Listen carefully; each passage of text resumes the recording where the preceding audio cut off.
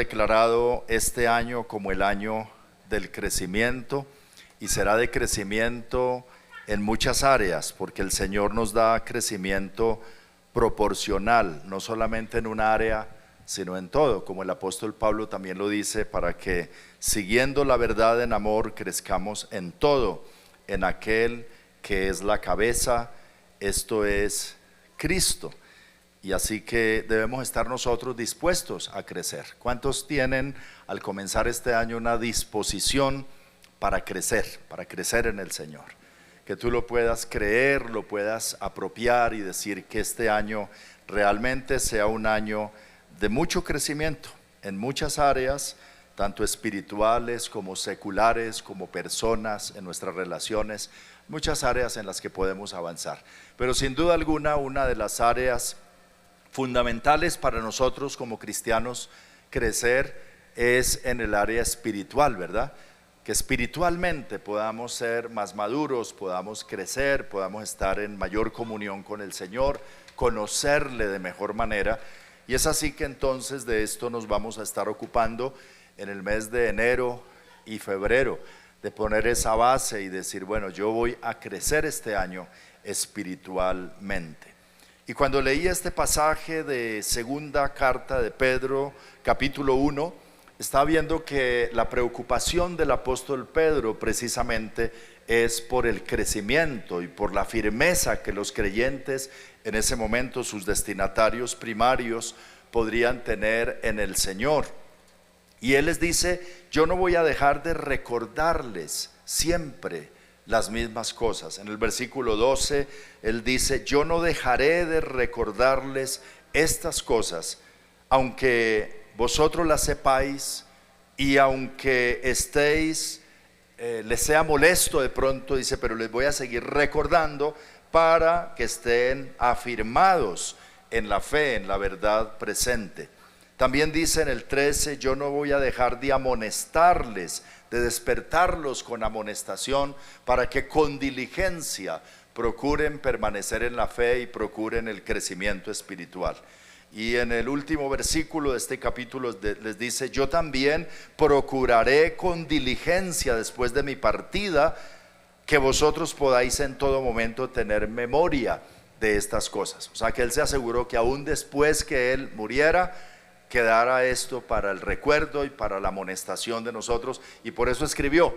Y Dios permitió que esta escritura de San Pedro quedara también consignada en la palabra para amonestarnos a nosotros. Así que es una gran necesidad y es algo que todos nosotros necesitamos y que Dios quiere. Entonces, si alguien está tomando nota de la enseñanza de hoy, vamos a hablar del crecimiento espiritual. Y sobre el crecimiento espiritual quiero hacer tres consideraciones o marcar tres realidades que Pedro tiene en mente en este pasaje.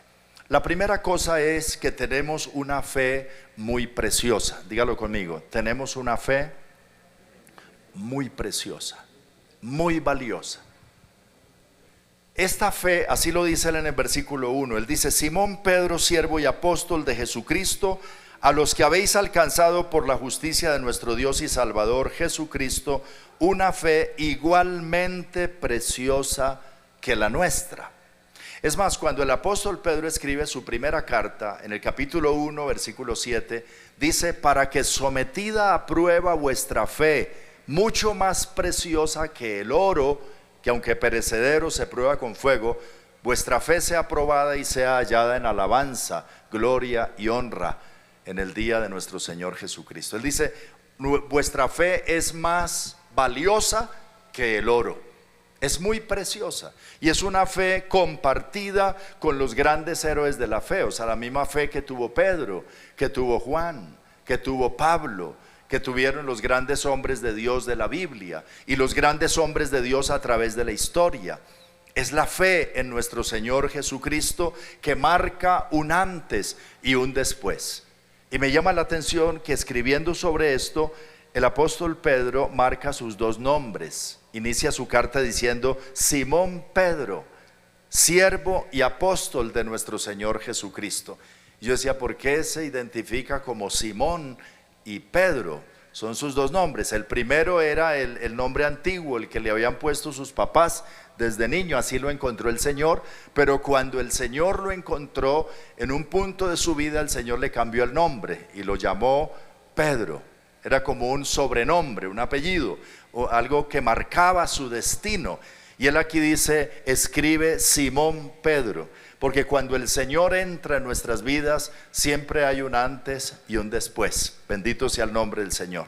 Pero marca él su propio crecimiento en Cristo, en Dios. Nuestra fe en el Señor también es así. Marca un antes y un después en nuestra vida. Esta fe que nosotros tenemos, no hemos pagado nada por ella. La hemos recibido como un don de Dios. Aquí dice en el versículo 1, por la justicia de nuestro Dios y Salvador Jesucristo. Se nos ha otorgado esa fe. El apóstol dice que somos salvos por medio de la fe. Y dice, y esto no de vosotros, pues la fe es un don de Dios. Y a cada uno de nosotros se nos ha dado una medida de fe, la capacidad de creer, y esa fe es valiosa. Y es valiosa porque por medio de esa fe en nuestro Señor Jesucristo recibimos el perdón de todos nuestros pecados, la amnistía con la justicia divina. Son borrados todos nuestros pecados, no por obras que nosotros hagamos, sino por la fe puesta en el Señor Jesucristo, en su obra redentora. Por esa fe obtenemos la salvación, y la salvación es grandiosa, porque Jesús dijo, ¿qué aprovechará el hombre si ganare todo el mundo y perdiere su alma? Pero por la fe en Él recibimos la salvación para nuestras almas. Entonces nuestra fe es preciosa, es valiosa. Y no solo eso, sino que por la fe recibimos fortaleza para vivir. Todas las cosas de esta vida presente, como dice aquí en el versículo 4, hemos recibido preciosas y grandísimas promesas para llegar a ser participantes de la naturaleza divina. Dice, todas las cosas que pertenecen a la vida y a la piedad nos han sido dadas por su divino poder. Es decir, por medio de la fe, el Señor nos ha dotado de todo lo que necesitamos para vivir una vida a la manera de Dios, para vivir una vida a la altura de lo que Dios quiere. Y por medio de la fe obtenemos preciosas y grandísimas promesas para eso. Pero no solo para vivir, también para morir. La muerte es una realidad que tenemos que enfrentar, pero qué bueno enfrentarla con esta fe, la fe en el Señor, en su palabra, en sus promesas. Entonces hemos visto personas cruzar el umbral de la muerte e irse a la eternidad llenos de fe. Y muchos de los que se quedan también, despedirlos llenos de fe. Y esta fe les da la fortaleza para enfrentar no solo la vida, sino también la muerte. Como dijo el apóstol Juan en 1 de Juan 5:4, esta es la victoria que ha vencido al mundo, nuestra fe. Con esta fe podemos ser en esta vida más que vencedores. Esta fe también nos conecta con el poder sobrenatural de Dios. En San Marcos capítulo 9, verso 23, un hombre vino a Jesús con un hijo endemoniado, y era un demonio que los discípulos no habían podido sacar de él, y él le dice al Señor, si puedes hacer algo, ten misericordia de nosotros. Mira esto que le dice el hombre a Jesús: si puedes hacer algo por nosotros, ten misericordia de nosotros y hazlo. Y el Señor le respondió: si puedes creer, al que cree, todo le es posible. Entonces no es que él lo pueda o no lo pueda hacer. ¿Cuántos creen que él todo lo puede? Pero él dice, le devuelve la pregunta: si tú lo puedes creer, porque al que cree, todo le es posible. Entonces nuestra fe debe crecer a tal modo que podamos afirmarnos más y más en ella, y nuestra vida espiritual entonces, esta espiritualidad y relación con Dios, pase de ser simplemente religiosidad o una creencia vaga a ser algo profundo, poderoso, que también permita que el poder de Dios se manifieste en nuestras vidas, que podamos verlo como lo hemos visto de muchas maneras y hemos tenido también testimonio de ello. Entonces el crecimiento espiritual es necesario, primero porque tenemos una fe muy preciosa. ¿Cuántos ya tienen esa fe en el Señor? Es valioso lo que tienes. Si no lo logras ver así, es porque no has entendido mucho todo lo que la Biblia dice acerca de tu fe en el Señor y de todas las cosas que vienen tras de esa fe depositada en Él y en su palabra. En segundo lugar, el crecimiento espiritual es necesario porque tenemos naturaleza divina.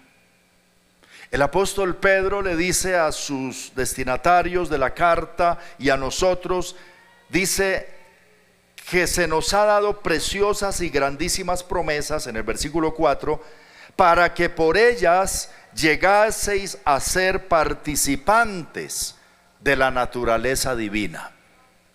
Y les voy a explicar esto.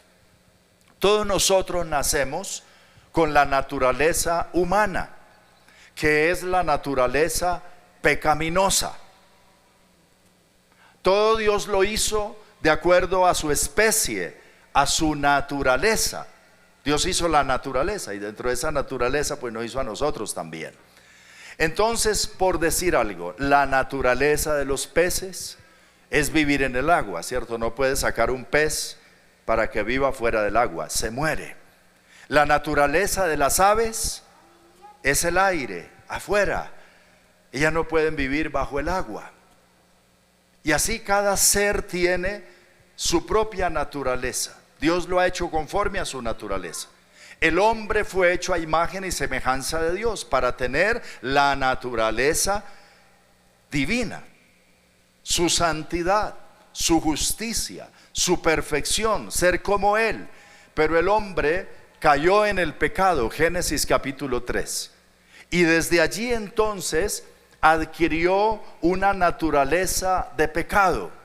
Y después de Adán, entonces todos quedamos atrapados en esa naturaleza de pecado. Y así como los peces, su naturaleza es el agua, y las aves, su naturaleza es el aire y volar, la naturaleza del hombre es pecar. De manera natural, vive en el pecado. Y por sí mismo no puede dejar de pecar. Por sí mismo no puede hacer otra cosa sino pecar. Y por eso cuando alguien sale de esa condición de pecado, los otros lo miran y dicen: ve, este tan raro, ¿qué le pasó? Ya no vive en el pecado. Y como si eso fuera lo que todo el mundo tiene que hacer. La iglesia tradicional propone que con el bautismo de los niños se le quita el pecado original. Si así fuera, entonces todo niño bautizado en la iglesia no tendría ya esa tendencia al mal. Pero ¿cuál es la realidad? Que bautizado o no bautizado, y sin que nadie se lo enseñe, en la medida que empieza a crecer, su inclinación es a lo malo. Lo malo no hay que enseñárselo. Lo malo ya viene en su corazón. Lo que hacen los padres es tratar de que no se tuerza tanto. Y hacen esa lucha mediante el ejemplo, la educación y corrección, y tratando de ayudarlo. Pero ese pequeño pecador va creciendo hasta que se hace un grande pecador. Y por moral que sea y por bien educado que sea, tiene esa naturaleza pecaminosa. Y le falta entonces solo la oportunidad para estar en el fango del pecado. Bien comparó también el apóstol Pedro con un cerdo, la puerca lavada, que vuelve a revolcarse en el cieno, al que habiendo dejado el pecado vuelve a caer en él.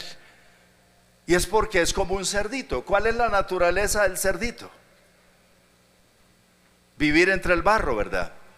Para él es delicioso estar en el charco del fango. Y tú puedes tomar un cerdito, bañarlo, perfumarlo, traerlo a la sala de la casa, vestirlo, tenerlo como mascota, darle alimento limpio, pero eso sí, téngale las puertas cerradas, porque a la menor oportunidad, ¿a dónde lo vas a encontrar? En el charco. ¿Por qué?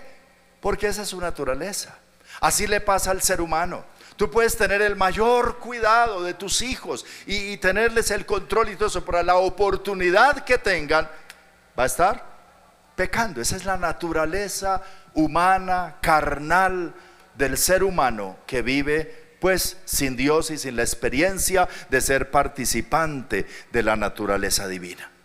Pero bendito sea el Señor, que cuando nosotros recibimos la fe y ponemos nuestra fe en el Señor, en la obra de la cruz, y lo recibimos como Señor y Salvador, entonces Él coloca dentro de nosotros su Santo Espíritu, y por medio del Espíritu Santo nos da una nueva naturaleza.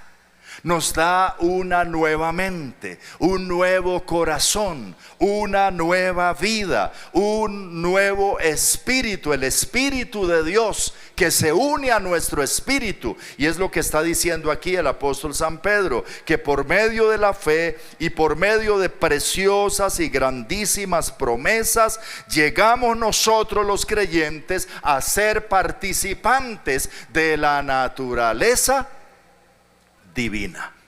Así que ya nosotros los creyentes no tenemos solamente la naturaleza humana, caída, pecaminosa, sino que tenemos también la naturaleza divina. El problema, ¿sabes cuál es? Que nos quedamos con las dos, que no se nos quita la anterior. Entonces somos criaturas con dos naturalezas: la naturaleza humana, que es también una naturaleza pecaminosa, y ahí está.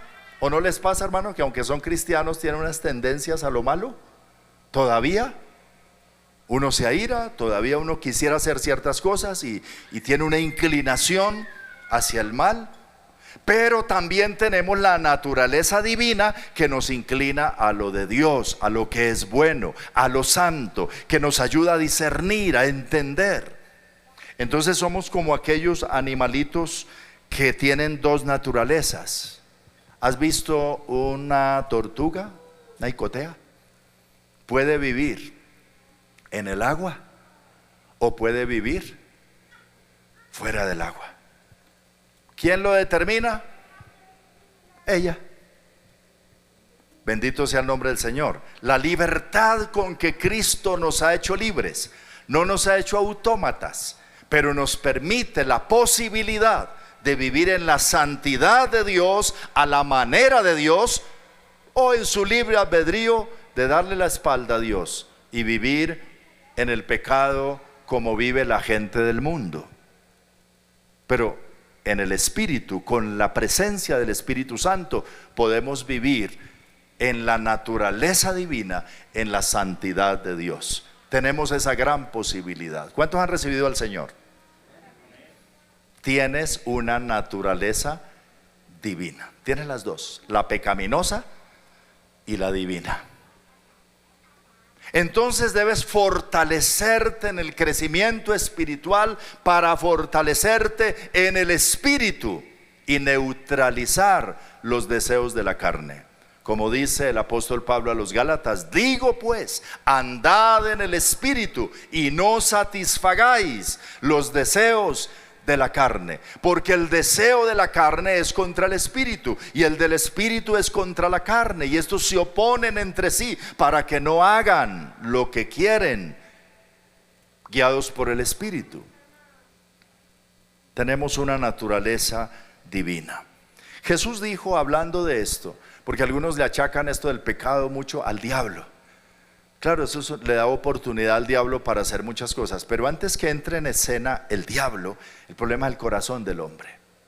Cuando Jesús habló de lo que contamina al hombre, en Mateo 15:19 dijo: porque de dentro del corazón del ser humano salen los malos pensamientos, los homicidios, los adulterios, las fornicaciones, los hurtos, los falsos testimonios, las blasfemias.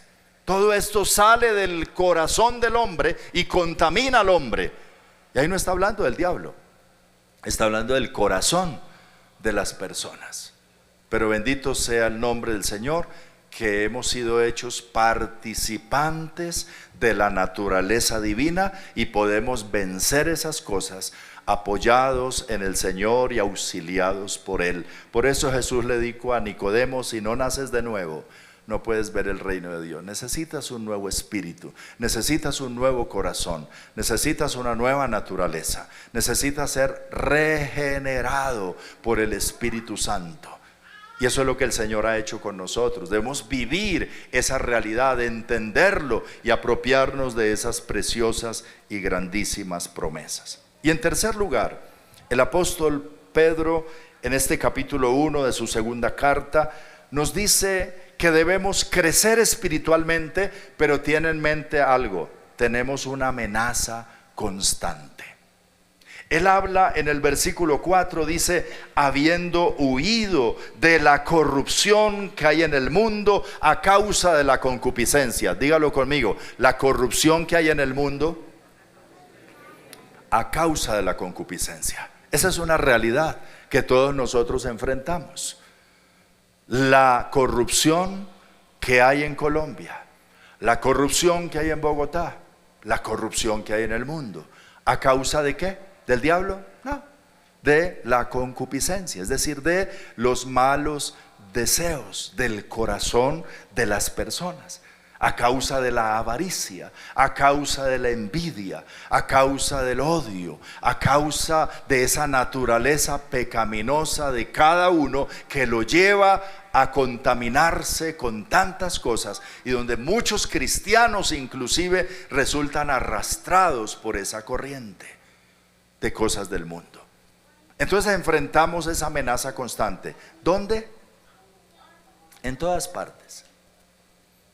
En la casa, en el cine, en la televisión, en el bus, andando por la calle, en el trabajo, en todas partes nos encontramos con la corrupción, ¿sí o no?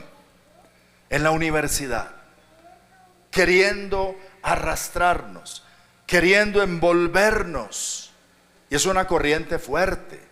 De esa corriente fuerte habla el apóstol Pablo en el capítulo 2 de la carta a los Efesios, y ahí sí entra la operación del enemigo. Dice: la corriente del mundo, de los que viven conforme a la potestad del aire y de las tinieblas, y donde hay sí una manipulación de muchas cosas para que la gente persista en ese camino de corrupción.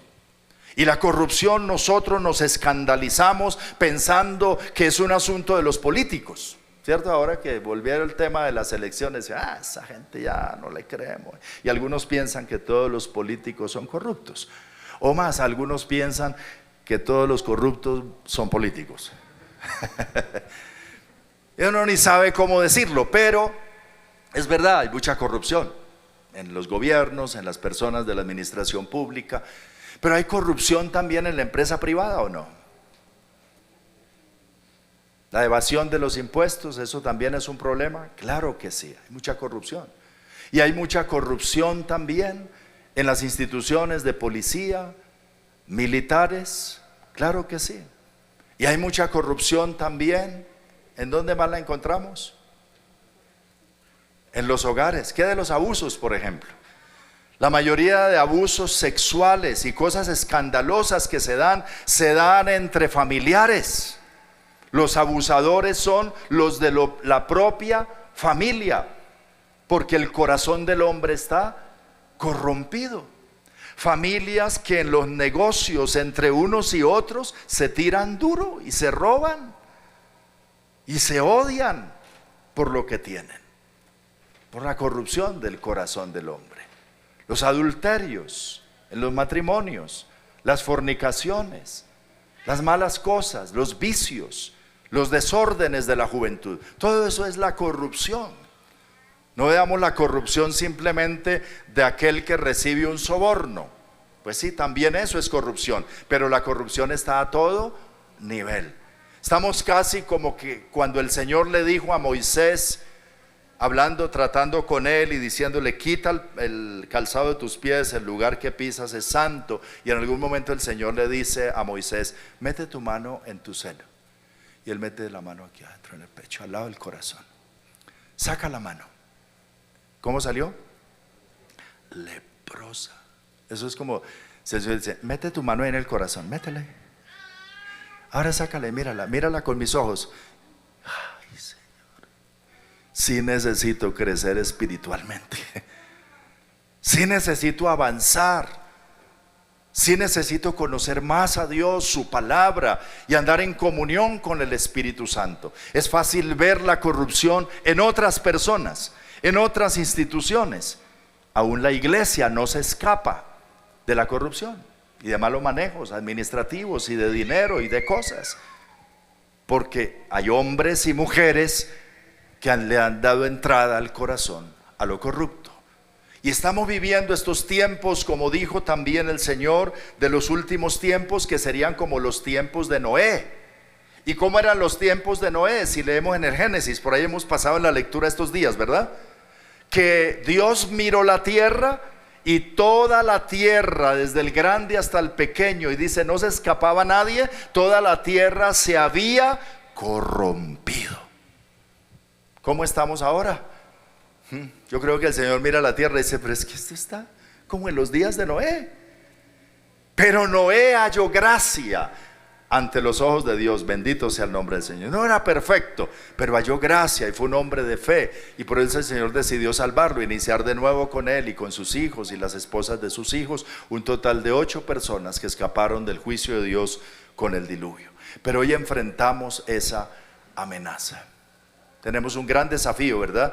Luchar contra la corrupción, de afuera y de adentro.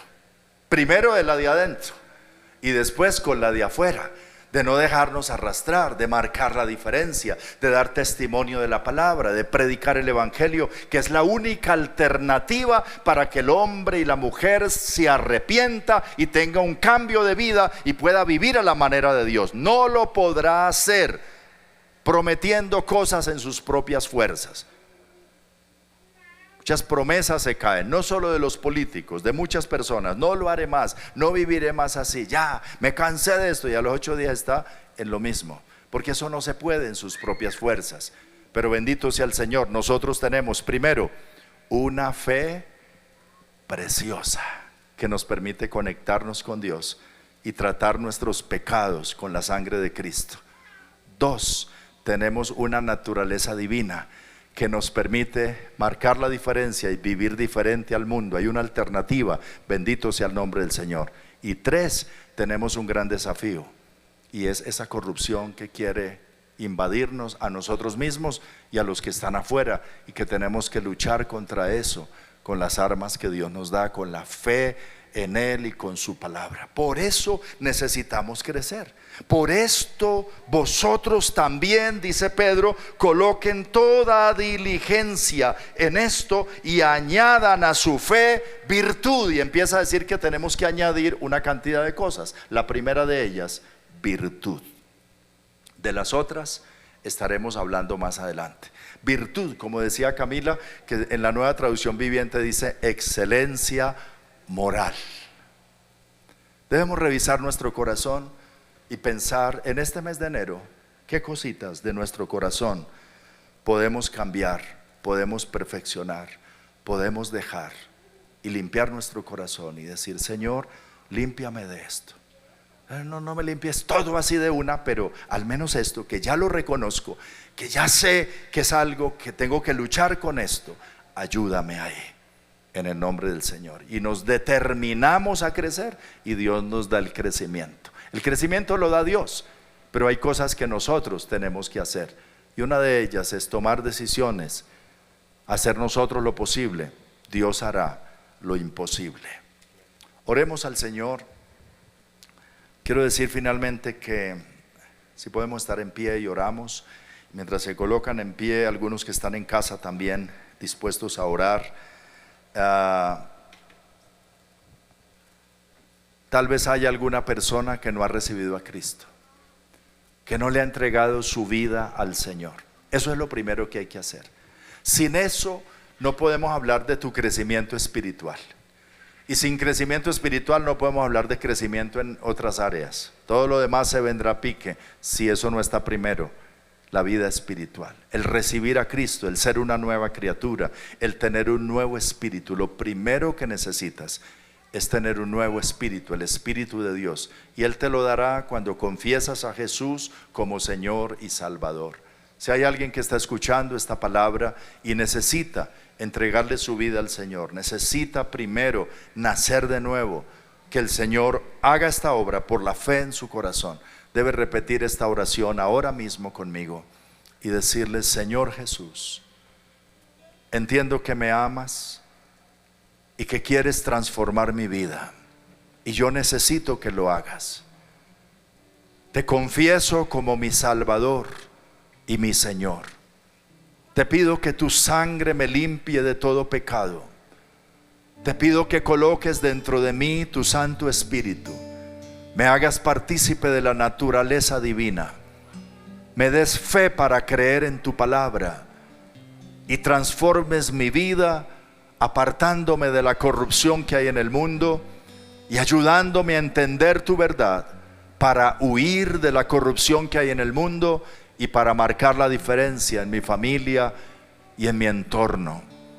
En el nombre de Jesús te entrego mi vida, Padre. Hazme tu hijo y dame una nueva vida, y pueda desde hoy empezar también a crecer espiritualmente.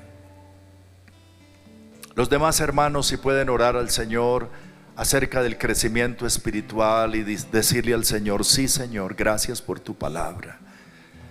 Yo te doy gracias por la fe que has puesto en mi corazón.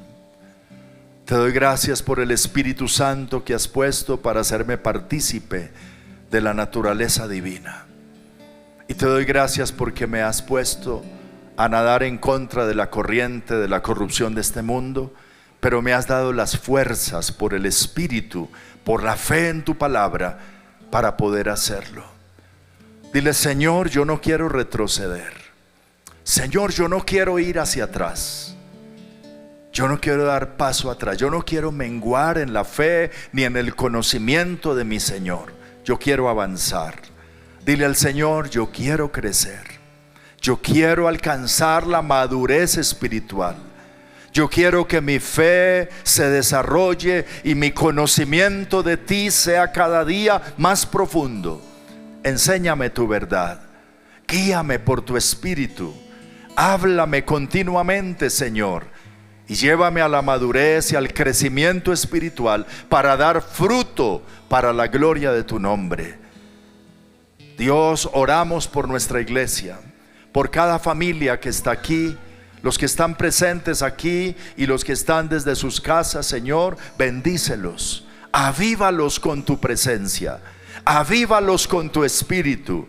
Despierta sus corazones para tomar grandes decisiones, resoluciones del corazón, para dejar lo malo y para seguir lo bueno, para soltar aquello que no te agrada y para hacer lo que a ti te agrada, para vivir a la manera tuya, para ser fuertes y vencer toda obra de la naturaleza pecaminosa y andar en el Espíritu, en las cosas que nos guía el Espíritu Santo por medio de su palabra.